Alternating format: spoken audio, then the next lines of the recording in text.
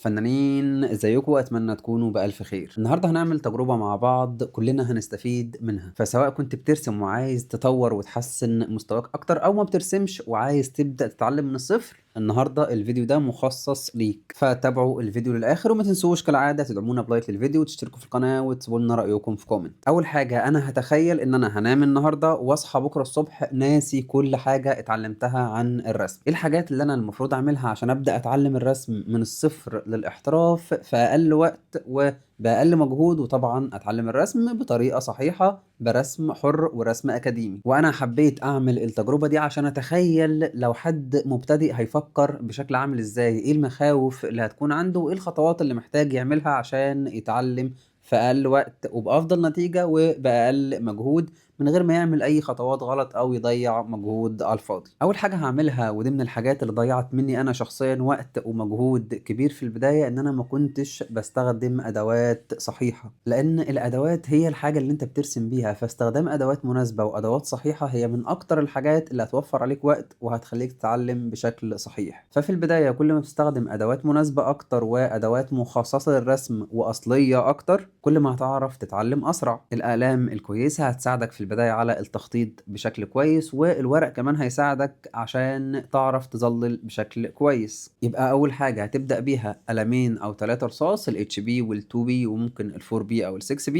ورق كانسون أو فبريانو أو أي نوع يكون متوفر في بلدك يكون مخصص للرسم، وأستيكة عادية واستيكة فحم. دي كل الادوات اللي انت محتاجها عشان تبدا تتعلم. وتاكد ان نوع الاقلام فبريكاس الالماني او ستيدلر الماني او اي نوع مخصص للرسم عشان التدريج يكون مظبوط. تاني حاجة، لازم ابدا اتعلم بشكل صحيح. يعني ايه اتعلم بشكل صحيح؟ يعني ما ينفعش باختصار ان انا ابدا ارسم اي نوع رسم صعب وانا لسه في البداية. فبعد ما اجهز الادوات اللي احنا قلنا عليها، هبدا ارسم اشكال هندسية عشان اتعلم فيها التخطيط واتعلم فيها قواعد الظل والنور بشكل مبسط. لان جميع انواع الرسم اللي انت هتتعلمها بعد كده بتكون مبنية على قواعد الرسم اللي انت بتتعلمها في البداية في الاشكال الهندسية. يبقى اول حاجة الادوات المناسبة. تاني حاجة اتعلم رسم الاشكال الهندسية من حيث التخطيط ومن حيث التظليل في البداية. طيب بعد الاشكال الهندسية هل ابدا اتعلم بورتريه؟ لا، لو انا مكانك بعد الاشكال الهندسية هبدا اتعلم الطبيعة الصامتة، لان الطبيعة الصامتة بتكون مستوى صعوبتها بعد الاشكال الهندسية على طول، ولكن البورتريه بيكون اصعب بكتير من الاشكال الهندسية. فباختصار ما ينفعش تتنقل من الاشكال الهندسية للبورتريه على طول، ولكن الطبيعة الصامتة هي اللي بتكون اقرب للاشكال الهندسية مع تغيير بسيط في مستوى الصعوبة. لان الطبيعة الصامتة بتبدأ تطبق فيها قواعد الرسم اللي انت اتعلمتها في الاشكال الهندسية، ولكن بشكل اصعب شوية. هتبدأ ترسم فازة، ترسم قلة، ترسم قماش، ترسم ترابيزة، ترسم تكوينات كاملة لطبيعة صامتة. ولحد هنا لو انت فعلا اتعلمت ترسم اشكال هندسية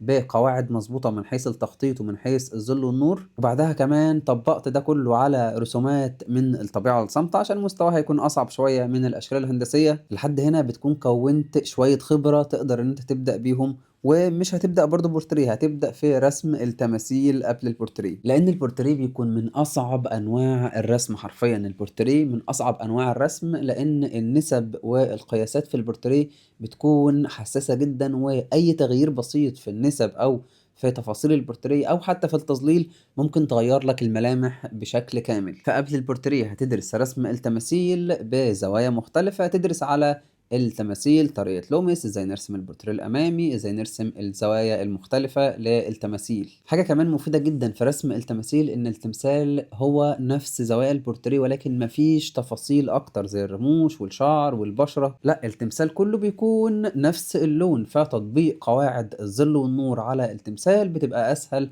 جدا من البورتريه. فهتعرف تفهم القواعد اكتر وتفهم اماكن الظل والنور اكتر، وتفهم كمان طريقة لومس على التماثيل اسهل من البورتريه. بعد ما تتعلم طريقة لومس والزوايا المختلفة للتماثيل وازاي الملامح او النسب والقياسات ممكن احجامها تتغير بناء على زاوية التمثال، لحد هنا بتكون فعلا كونت خبرة كافية جدا ان انت تبدأ تتعلم ترسم بورتريه. بتبدأ طبعا في البداية بتجيب نفس الزوايا اللي انت اتعلمتها في رسم التماثيل تبدأ تطبقها على البورتريه. فهنا الصعوبة اللي هتقابلك هتكون بسيطة، هتلاقي ان انت بترسم نفس التمثال بس مع اضافة بعض التفاصيل زي الشعر والرموش والحواجب وعدسة العين وتفاصيل الدقن وتفاصيل البشرة كل الحاجات دي هي اللي هتبقى جديدة بالنسبة لك، ولكن النسب والقياسات والزاوية والهيكل بتاع البورتريه بتكون اتعلمته في رسم التماثيل. ولحد هنا لو انت فعلا وصلت لرسم التماثيل والبورتريه بشكل مظبوط هتتعلم اي نوع تاني بسهولة. اللي انا عايز اقوله ان الادوات مهمة جدا في البداية عشان تبدأ تتعلم بسهولة. تاني حاجة لازم تتعلم رسم الأشكال الهندسية، لأن أي حاجة حوالينا هي بتتبسط لأشكال هندسية وإحنا بنرسمها. تالت حاجة رسم الطبيعة الصامتة عشان تطبق فيها قواعد الظل والنور وتتعلم النسب وإزاي عينك تقدر القياسات بتاعة